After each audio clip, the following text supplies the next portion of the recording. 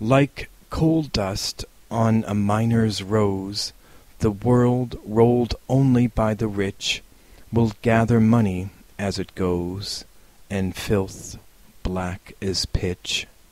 The world, rolled only by the poor, will gather sorrow and disease, till death possesses such allure, men beg her favor on their knees.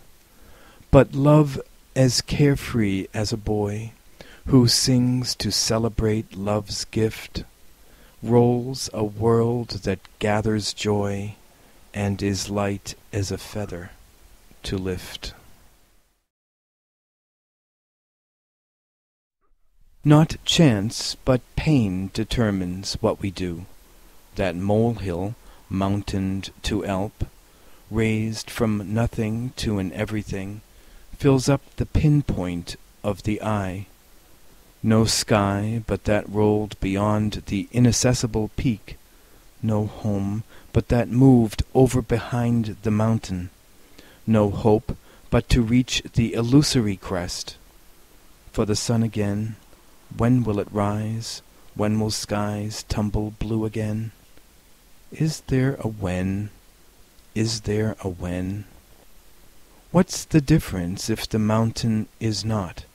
If the little lump is that and nothing more? Illusion is the door. The keys keeping is in the hands of tantalizer, demon, nervous system, God.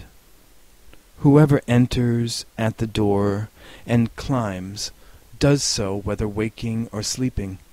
And when shall Alp, reduced to mole size after sudden violent shaking? Is there a when? Is there a when? Shuang-Tzu rode one day alone, brought his horse to a stop when he saw a skull under a willow tree. Striking the skull with his crop, he said, "All that remains of statesman, scholar, or fool is this unsightly bone streaked with yellow stains." In a dream that night, Shuang-Tzu heard a voice that came from the bleached skull, saying, "After death, earth's shadows dissolve in light. No lofty sovereigns above rule the slaves below. There is no thought or breath to grieve or to rejoice. Here no seasons come and go."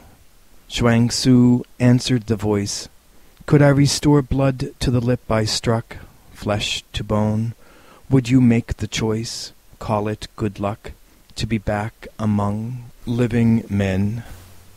The sockets opened and shone. The skull said, "Say no more.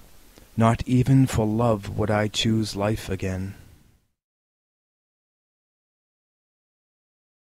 Peace, hidden from him and his nation like a star in occultation, the poet left the lazar house of the world where his friends, bankrupt in spirit, were encamped, and pursued his own ends.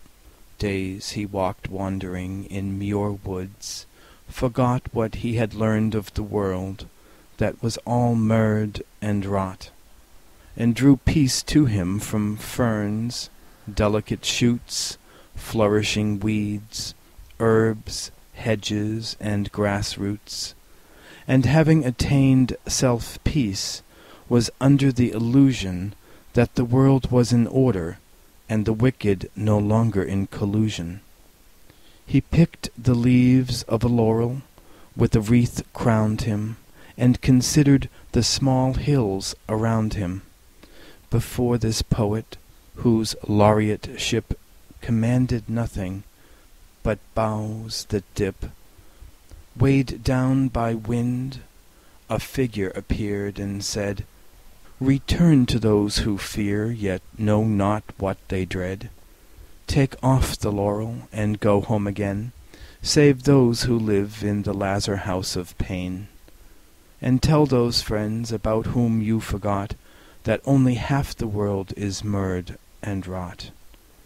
The figure fled, and the poet stood alone, Stunned and shaken in the wood, he turned to leave, but turning thus, thought of that down-rolling rock and helpless Sisyphus.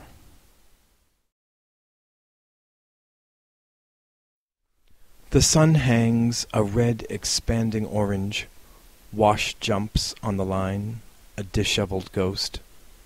How does body live its life as spirit, crazed by the sober calendar to mark times of increase or decrease? We hang like washing on the line, await expected hands to pull us in.